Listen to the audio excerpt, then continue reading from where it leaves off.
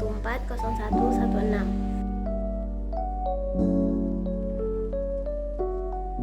Metaprogram adalah program yang terinstal di dalam diri seseorang yang cukup menetap. Metaprogram akan mempengaruhi 3 hal berikut. Yang pertama, perception atau dalam memandang informasi. Yang kedua, processing, bagaimana cara mengelola sebuah informasi. Dan yang ketiga, preference atau mana sih yang lebih diutamakan atau disukai. Metaprogram mengacu pada program-program mental atau pola-pola pikiran bawaan yang terinstal dalam diri seseorang dan cenderung menjadi bagian dari kepribadian mereka yang stabil. Nah, metaprogram ini cenderung cukup menetap atau konsisten dalam diri seseorang. Dan metaprogram ini mempengaruhi bagaimana cara memandang, memproses, dan memberikan preferensi terhadap informasi. Nah, penjelasan untuk 3 hal tadi tentang perception atau persepsi, yaitu metaprogram mempengaruhi cara seseorang memandang informasi. Hal ini termasuk dengan bagaimana mereka memfilter, menginterpretasikan, dan memberi makna pada informasi yang diterima. Misalnya, seseorang dengan metaprogram fokus pada kesalahan cenderung lebih memperhatikan kesalahan atau hal-hal negatif daripada hal positif dalam suatu situasi. Nah, yang kedua ada processing atau pemrosesan. Nah, metaprogram juga mempengaruhi cara seseorang mengelola atau memproses informasi yang mereka terima. Ini mencakup cara mereka mengorganisasi, menganalisis, dan mengambil keputusan berdasarkan informasi tersebut. Contohnya, seseorang dengan metaprogram pemikiran holistik cenderung lebih melihat gambaran besar dan hubungan antara berbagai elemen. Sementara orang dengan metaprogram pemikiran rinci cenderung lebih memperhatikan detail-detail kecil. Yang ketiga tadi ada preference atau preferensi. Nah, metaprogram ini juga dapat mempengaruhi preferensi seseorang terhadap berbagai jenis informasi atau cara bekerja. Ini termasuk apa yang mereka sukai atau tidak sukai dan bagaimana mereka memberikan prioritas dalam mengambil keputusan. Misalnya, seseorang dengan metaprogram preferensi untuk kepastian mungkin lebih suka memiliki rencana yang jelas dan langkah-langkah yang terstruktur. Sementara orang dengan metaprogram preferensi untuk variasi mungkin lebih suka fleksibilitas dan kejutan.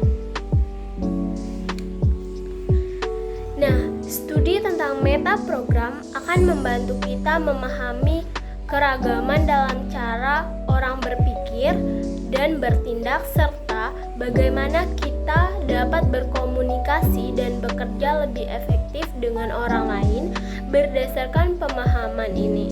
Nah, ini juga memungkinkan kita untuk lebih memahami diri kita sendiri dan memperbaiki keterampilan kepemimpinan, manajemen, atau komunikasi pribadi kita. Pola bahasa sering digunakan untuk mengidentifikasi metaprogram ini ketika seseorang berbicara. Contoh pola bahasa yang terkait dengan metaprogram away from mungkin melibatkan penggunaan kata-kata atau frasa yang mengekspresikan keinginan untuk menghindari atau menjauhkan diri dari sesuatu seperti saya tidak suka, saya ingin menghindari, atau saya tidak mau. Sementara itu, pola bahasa yang terkait dengan metaprogram toward mungkin melibatkan penggunaan kata-kata atau frasa yang mengekspresikan keinginan untuk mencapai atau mendapatkan sesuatu seperti saya ingin mencapai, saya ingin mendapatkan, atau saya tertarik untuk. Dengan memperhatikan pola bahasa seseorang ketika berbicara, kita dapat mengenali kecenderungan mereka dalam hal apakah mereka cenderung beroperasi dalam mode away from atau toward dalam berbagai konteks yang dapat membantu kita memahami motivasi, kebutuhan, dan preferensi mereka dalam situasi tertentu. Manfaat kita memahami metaprogram yaitu berkomunikasi efektif dengan menggunakan metaprogram teman bicara agar goal-goal yang kita harapkan tercapai atau mempengaruhi. Peta motivasi metaprogram. Yang pertama, arah motivasi yaitu toward mendekati, away from menjauhi.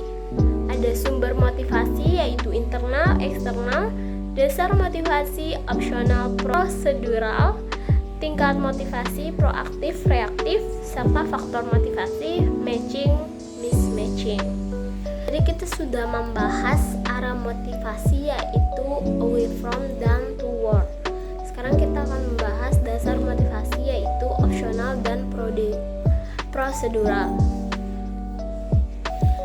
Opsional termotivasi untuk mengembangkan dan menciptakan sistem serta prosedur. Kesulitan untuk mengikuti keseluruhan prosedur atau perlu asisten. Kalau prosedural itu termotivasi untuk mengikuti cara-cara yang sudah terbukti berhasil. Harus ada aturan yang jelas, bingung bila tidak ada prosedur yang harus dijalankan. Dasar motivasi ada dua yaitu opsional dan prosedural. Opsional termotivasi untuk mengembangkan dan menciptakan sistem serta prosedur. Misalnya seorang pengusaha muda yang memiliki dasar motivasi opsional mungkin termotivasi untuk mengembangkan sistem dan prosedur baru untuk meningkatkan efisiensi dalam bisnis mereka. Contohnya, mereka mungkin merasa termotivasi untuk menciptakan aplikasi perangkat lunak yang baru untuk otomatiskan beberapa proses bisnis yang sebelumnya dilakukan secara manual. Namun, mereka mungkin mengalami kesulitan dalam mengikuti keseluruhan prosedur yang mereka ciptakan karena fokus lebih pada penciptaan ide baru daripada pelaksanaannya. Oleh karena itu, mereka mungkin memerlukan bantuan asisten atau tim yang dapat membantu mereka menerapkan prosedur tersebut dengan benar. Sedangkan prosedural yaitu termotivasi untuk mengikuti cara-cara yang sudah terbukti berhasil.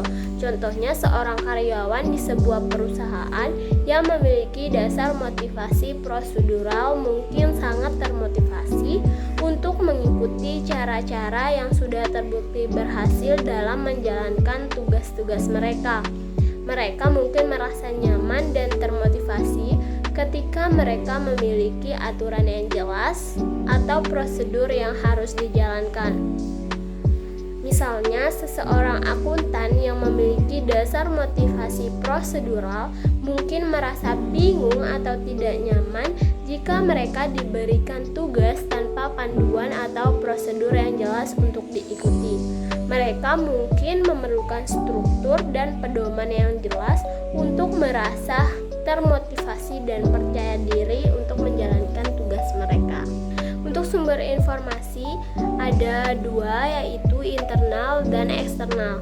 Internal perlu kita pertimbangkan, ini terserah kita, hanya kita yang memutuskan. Kalau eksternal ini sudah dibuktikan oleh orang-orang yang kita hargai, kita kenal, dan kita akan merasakan manfaatnya serta ini kita direkomendasikan oleh seseorang tersebut atau eksternal itu dari orang lain. Faktor motivasi juga ada dua, yang pertama matching dan kedua mismatching. Matching mereka termotivasi untuk tetap tinggal pada situasi yang sama, sedangkan mismatching mereka termotivasi untuk berubah secara drastis dan cepat. Dan tingkat motivasi ada dua, proaktif dan reaktif. Reaktif termotivasi untuk bertindak segera, bertindak dulu baru berpikir. Sedangkan proaktif termotivasi untuk menunggu, menganalisis dan mempertimbangkan serta bereaksi, atau berpikir dulu baru bertindak. Tingkat motivasi proaktif dan reaktif. Contoh kata-kata yang reaktif yaitu kejar, kejar langsung, sekarang, selesaikan segera, ayo cepat, ambil inisiatif, hadapi sekarang, mengapa menunggu, jalankan saja. Kalau proaktif, ada kata-kata pertimbangan ini, mari pikirkan, harus memahami dulu,